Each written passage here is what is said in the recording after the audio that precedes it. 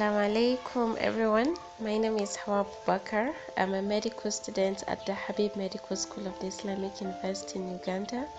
I am currently doing my clinicals. This is my first YouTube video and I am excited to meet you all.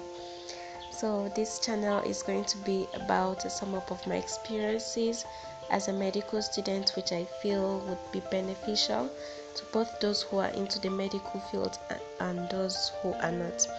So I'll be talking about 3 series, the first of which is going to be the pediatric series. Now, pediatric means the branch of medicine that deals with children and their illnesses.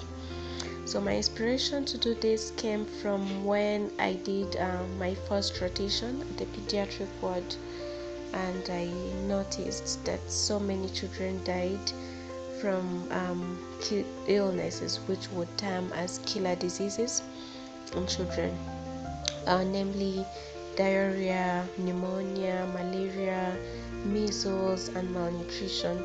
We also have neonatal illnesses. So it saddened me so much that these children had to die and suffer from these illnesses, when actually it could be prevented in the first place, because preventive measures are key in combating these illnesses. So in this channel, in this series, I'll be talking about these illnesses, how they can be prevented, and everything that's we need to know about them, inshallah. So also I'll be talking about family and community practices that if properly adopted would contribute to improve child survival, growth, and development, inshallah. So before I continue, I would like to say that I know when this series is for everyone to watch, because I know when it comes to children, everything is mostly left to the mothers. But I would like to ask that everyone watching this becomes part of this community that will be embarking on a life-saving journey, even if all you can do is share this video with those who might not have access to this video. Secondly, I'll be talking about the junior clerk series, and junior clerkship here in Uganda begins in the 3rd year of medical school, and that is when we begin to practicalize whatever we've learned in the first 2 years of medical school. So, and this series is going to be for those who are about to begin their junior clerkship and those who are currently doing their junior clerkship, inshallah. So normally for junior clerkship, before we begin, we are only told, or we only know about the interesting aspects of it. For example, the fact that patients will be calling you doctor, and maybe also the fact that you won't be sitting in class the whole day attending lectures, and so many other things. But then there are some things that we are not told about junior clerkship before we begin. For example, the traumatizing experience of losing a patient, especially for the junior clerk who has maybe never seen anyone die. And also, we are not told that we'll be facing a lot of health issues because the hospital environment itself is sickening. We are also not told that our social life is going to become almost non-existent. We're not told that our relationship with friends, with family and friends, is going to suffer because we barely even have time for ourselves. We are not also told that we are going to experience burnout. Now, when I talk about burnout is a state of emotional, physical, and mental exhaustion that is caused by excessive and prolonged stress. Of course, you are stressed, and stress will come in very many forms, physically, psychologically, mentally, emotionally.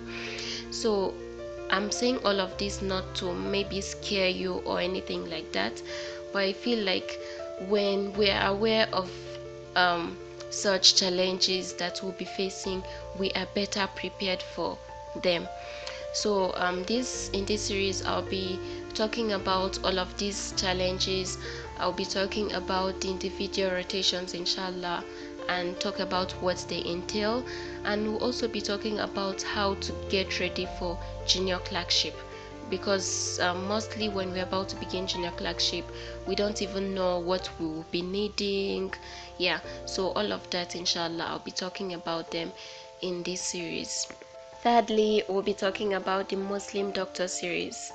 And before I delve into that, I would like to quote this verse of the Quran where Allah tells us that I did not create the jinn and mankind except to worship me, in Quran chapter 51 verse 56.